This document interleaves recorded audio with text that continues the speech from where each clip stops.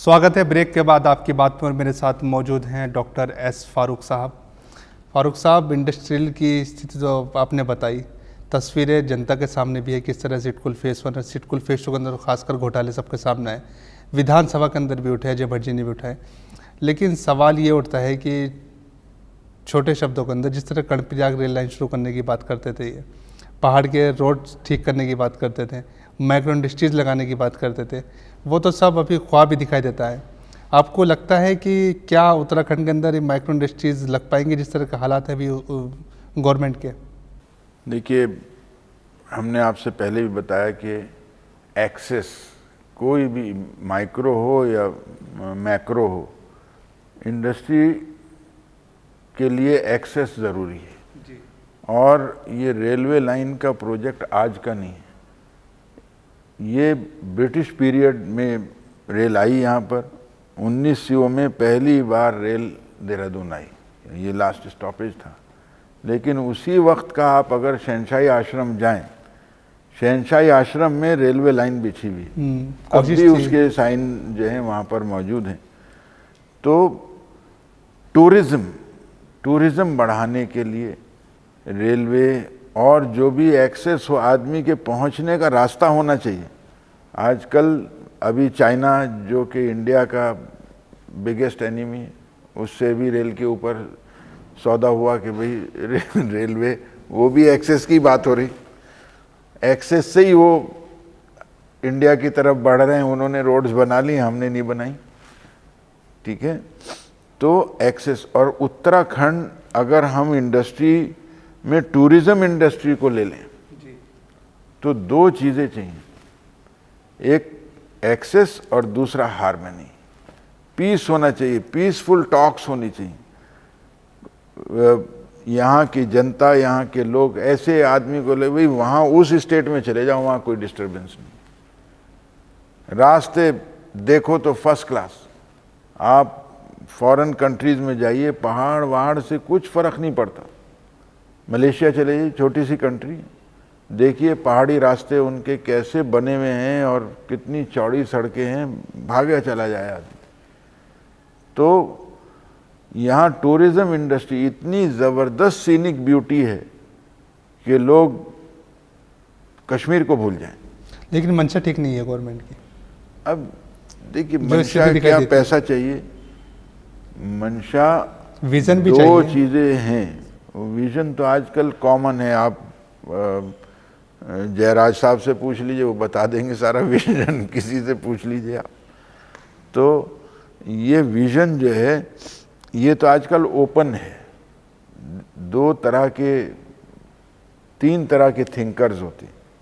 एक वो होते हैं जो कोई विजन देते हैं और उसको करके दिखलाते हैं। एक वो होते हैं जो खाली एक थॉट दे देते हैं, और एक वो होते हैं जो ना वो थॉट उनका किसी काम का होता है, ना वो कर पाते हैं। वो ऐसे आदमी तो शेख चिल्ली की तरह या बनता संता, जो आजकल नाम दिया हुआ, वैसे चलता रहता है उनका काम। तो थॉट्स बहुत हैं, और एक से एक इंडिया में तो अमृता सेन जी, नोबेल प्राइज़ उनको मिला। तो ऐसे बहुत से लोग हैं जो कि बड़े अच्छे, थॉटफुल। और फिर आजकल तो जो इंटरनेट है, गूगल है, आप जाइए कि रोड्स कैसे किस कंट्री में हैं, एक क्लिक के अंदर आपको मिल जाएगा। फला जगह की पहाड़ियों पर रोड कैसे हैं, फ़ौरन मिल जाएगा। लेकिन जो बेसिक चीज़ है वो है पीस और एक्सेस। उसके अब उत्तराखंड का जो डेवलपमेंट है, वो आधे से ज़्यादा जीडीपी जो है वो इसी पर चल रहा है, इंफ्रास्ट्रक्चर के। वो ये जितनी बिल्डिंग्स आप चारों तरफ देख रहे हैं, आधा से ज़्यादा तो उसी के ऊपर है, वो ग्रोथ है। अब टूरिज़्म चाहिए। अगर टूरिज़्म नहीं होगा तो जो यहाँ की होटल इंडस्ट्री है, जब ये आपदा आई तो तनख्वाह देने के लिए लोगों के पास पैसे नहीं थे, बहुत स्थिति खराब थी, और सरकार कुछ शायद जो करना चाहिए था वो नहीं कर पाई। फारूक साहब, आपकी दिलचस्पी, एक लंबा चौड़ा बायोडाटा भी हम आपको देखते हैं, सामाजिक क्षेत्र में भी आप समाये हुए हैं। कहीं ना कहीं आपकी भूमिका देखने को मिल जाती है और समाज की आवाज़ को बढ़ाने का आप कार्य करें। आजकल जिस तरह से भाजपा सरकार सेंटर में आई और उससे पहले के जो हालात उत्तर प्रदेश के अंदर भी रहे, उसके बाद की स्थिति रही, जो मुद्दे उठाए जाते हैं, जो टारगेट किया था किसी एक समुदाय को, किस तरह आप देखते हैं? देखिए, किसी भी समुदाय को टारगेट करें ना करें, हालात मुल्क के अच्छे नहीं हैं, उसको सुधारने की कोशिश करनी चाहिए। आप अगर अखबार उठा के देखेंगे, भ्रूण हत्या ले लीजिए, इंडिया का अगर आप देखें वो मेल फीमेल का रेशो कहाँ पहुँच गया। आप डाउरी डेथ ले लीजिए, किस तरह से रोज़ाना आपको 10 खबरें जो हैं डाउरी डेथ की मिल जाएंगी। रेप ले लीजिए, दुनिया का सबसे बड़ा कंट्री ऐसा हो गया जहां रेप सबसे ज़्यादा हो रहे हैं। इसी तरह से आप अनएम्प्लॉयमेंट ले लीजिए, आप ये थेफ्ट ले लीजिए। कल की अखबार में 2 दोस्त सिर्फ मोबाइल के लिए एक दोस्त को मार दिया। 10 रुपए के पीछे कोई किसी को मार देता है। तो अकाउंटेबिलिटी नहीं, ये तो सारे मुद्दे हैं फारूक साहब, लेकिन आजकल जब राजनीति इन्वॉल्व हो गई, सांप्रदायिकता के अंदर, उसमें सांप्रदायिकता भी आ जाती है। सांप्रदायिकता सबसे बड़ा इश्यू बन गया और उसके अंदर राजनीति इन्वॉल्व है। आज उत्तर प्रदेश आपका पड़ोसी राज्य है, आप किस तरह का हालात देखते हैं? क्योंकि जिस तरह से भाजपा सभा की मिली भगत के चलते आज सांप्रदायिकता का माहौल बिगड़ गया। आपका पड़ोसी सहारनपुर है, वहाँ पर आप देखिए स्थिति जो है। देखिए, पब्लिक जो है इन जनरल, उसको मीडिया का बड़ा रोल है। मीडिया अगर ऐसे लोगों को हाईलाइट करना बंद कर दे, कोई बकवास कर रहा करता रहे, आएगा ही नहीं, कान में ही नहीं आएगा। ये बकवास जो है कोई ऐसा नहीं कि पहले नहीं थी, पहले भी होगी, लेकिन वो आदमी के पास पहुंचता नहीं थी खबर। अब तो एक जुमला किसी ने कहा और वो पूरी दुनिया तक पहुंच गया। और दुनिया में पहुंचने में ये नहीं कि हिंदुस्तान का नुकसान नहीं।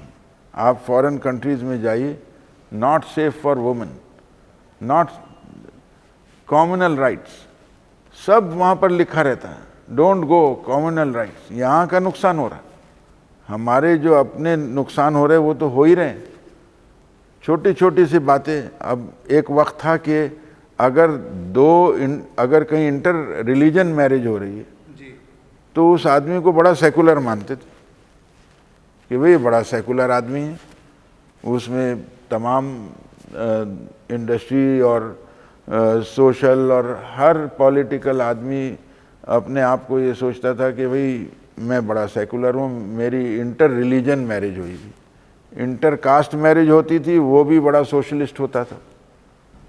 आज लव जिहाद का नाम उसका जो है वो टेररिस्ट हो गया। वो आदमी जो है वो टेररिस्ट हो गया। जब आप ऐसे जुमले जोड़ेंगे तो वो टेररिस्ट हो जाएगा। आज ये नहीं है ज़रूरी कि साहब किसने किससे शादी की, आज ज़रूरी ये है कि किस रिलीजन का आदमी दूसरे रिलीजन के लड़की से राखी बनवाता, किस रिलीजन की लड़की दूसरे रिलीजन के आदमी के राखी बांधती, ये ज़रूरी है। इस चीज़ को देखना चाहिए। वो तो ये जो मुद्दे निकले, जो लव जिहाद जैसे वर्ड सामने है, जुमले सामने है, कौन है इसके पीछे? क्या लगता है आपको? कोई हो इसके पीछे। बात ये कि ये मुद्दे चलेंगे नहीं। ये मुल्क जो है ये एक यूनिटी की, जब इसमें सारे मज़हब के लोग एक साथ थे तो ये दुनिया में इसका नाम था सोने की चिड़िया थी। उस सोने की चिड़िया को तबाह करने के लिए औरंगज़ेब के टाइम में ईस्ट इंडिया कंपनी ने बीज डाला और वो जो है बीज उनका बढ़ता गया। और वही दौर था कि सबसे बड़ा हिंदुस्तान उस वक्त में था, अफ़गानिस्तान से ईरान तक। आज वो छोटा होता गया, लेकिन जो इसका न्यूक्लियस है उसके अंदर वो चीज़ बाकी है, एक दूसरे की मोहब्बत, वो चीज़ बाकी है। नहीं, जो सोशल इशू के ऊपर अगर हम देखते हैं, जो स्थिति देखते हैं आप, समाज को बदलने की जो कोशिश की जा रही है, क्या इसके लिए राजनीतिक पार्टी जिम्मेदार नहीं है? देखिए, पॉलिसीज़ तो वहीं से आती हैं। क्योंकि आप देखें सोशल इश्यूज में कोई इशू बचा हुआ नहीं। आप पॉवर्टी ले लीजिए, 40% लोग या तो भूखे सोते हैं या उनको एक वक्त खाना मिलता है। आप एजुकेशन ले लीजिए, दुनिया की सबसे बड़ी अनएम्प्लॉयड अनएजुकेटेड लोग जो हैं वो हिंदुस्तान में रहते हैं। आप एम्प्लॉयमेंट ले लीजिए, यहाँ पर कोई अनएम्प्लॉयमेंट अलाउंस नहीं मिलता। क्या करेंगे लोग? नहीं फारूक साहब, आप स्थिति देखिए। आप कुछ महीने पहले अगर हम देखते हैं, जिस तरह से गवर्नमेंट आई भाजपा की, कांग्रेस का बिल्कुल सफाया हो गया, कुछ नहीं बचा, यानी कि नेता प्रतिपक्ष भी नहीं बना सकती, एकदम बिल्कुल डाउन गई। उसके बाद जिस तरह के मुद्दे उठे, एक तरफ संघ कहता है कि लव जिहाद हम होने नहीं देंगे, एक तरफ मोदी उन्हें बचाने की कोशिश करते हैं। मोदी का बयान भी आपने देखा होगा, उसमें उन्होंने कहा कि सभी मुस्लिम देशभक्त हैं और हमारे साथ हैं, वो उनका कोई अलकायदा से कोई इस चीज़ से मतलब नहीं है। कभी राहुल गांधी मुजफ्फरनगर के दंगों को कहते कि हाँ इनका संबंध ISI से है, कभी संघ कहता है, कभी कुछ कहते हैं। आज जो एक बीज बो दिया, वही जिस एकता की आप बात कर रहे हो, वो एकता जो हिंदू मुस्लिम एक होते थे, एक साथ बैठ के मिलते थे, आज उनके बीच में एक दरार पैदा करने का काम किया राजनीतिक पार्टियों ने। जिनका काम सियासत है वो अहले सियासत जाने। मेरा पैगाम मोहब्बत जहाँ तक पहुँचे, ये आवाम तय कर ले। ये आवाम जो है तय कर ले कि हमें वो पार्टीज़ का नाम ही नहीं लेना, कोई कुछ कर रहा है। हमें तो ये दिखलाना है पूरे वर्ल्ड को कि जहाँ से कह दो हम में नहीं कोई रंजिश, सहन को बांट लो, दीवार मत करना। बहुत बढ़िया। हम उस मुल्क में रहें कि लोग कुछ करना चाहें, दो चार क्या हैं, सारे ज़माने के बावजूद हम मिट नहीं सकेंगे, मिटाने के बावजूद। जब हिंदुस्तानी ये तय कर लेगा तो ये मुल्क आगे बढ़ जाएगा। और कोई कंट्री हमारी सरहद तक सड़क ले आए या कहीं तक ले आए, हमारे यहाँ जब पॉलिटिशियंस बात करते हैं मैंने ये सड़क बना दी, ये सड़क बना दी, एक ऐसे ही जो है PWD के मिनिस्टर थे, वो कह रहे थे अपना पब्लिक में, कोई उन्हीं के ग्रुप में बैठा हुआ था स्टेज पर, उसने कहा क्या कह रहा है, ये सड़क बना दी। सड़क तो शेरशाह सूरी ने बनाई थी, पेशावर से और अफ़गानिस्तान तक। उन्होंने सुन लिया। जब वो वापस आए डाइस पर, कहने लगे भाई कौन था? उसने कहा कि एक थे शेरशाह सूरी, उन्होंने बनाई थी सड़क। कहने लगे बदमाश ने बड़े पैसे खाए होंगे। उसे ये पता नहीं कि वो जो है बादशाह था, वो तो अपने हिसाब से सोच रहे कि जिसने इतनी बड़ी सड़क बनाई तो कितना पैसा खाया होगा। वो अपने तरीके से देख रहे हैं। तो ये जो चीज़ है, हमें करप्शन से बाहर निकलना है। हमारे मुल्क की आधी तबाही, वो इंडस्ट्री की हो या सोशल डेवलपमेंट की हो, वो करप्शन की वजह से है। क्या देखते हैं, समय बहुत कम है फारूक साहब, जो पुराने दौर की आपने बात की, क्या वो पुराना दौर लौट कर आएगा या फिर हालात जिस तरह के? हमेशा कोशिश इंसान जब ही करता है, कोशिश जब ही करता है कि उसको वो दौर पुराना हो या एक नया अच्छा दौर हो, वो जब तक ख्याल में रहेगा तो वो कोशिश जारी रखेगा। और अगर ये सोच के बैठ गया कि हम तो बस अब कुछ नहीं हो सकता, तो फिर तो कुछ नहीं हो सकता। किसी शायर ने कहा है कि क़नात मुक़द्दर पे नादान मत कर। हम किन्हीं हालात में पैदा हुए हों, क़नात मुक़द्दर पे नादान मत कर, मुशक्क़त को अपना मुक़द्दर बना ले, मेहनत कर। उस मेहनत में हम लोग लगे हुए, और जो इश्यूज़ हैं वो इंशाअल्लाह सॉल्व होंगे। कभी तो ऐसे लोग आएंगे कि जो इस मुल्क की राजनीति में अच्छा काम करने की कोशिश करेंगे और इसको अच्छा बनाएंगे। शुक्रिया फारूक साहब। डॉक्टर एस फारूक हमारे साथ मौजूद थे। मुक़द्दर पे भरोसा न करके अपने मेहनत के ऊपर भरोसा करिए, यही एक मैसेज उन्होंने दिया।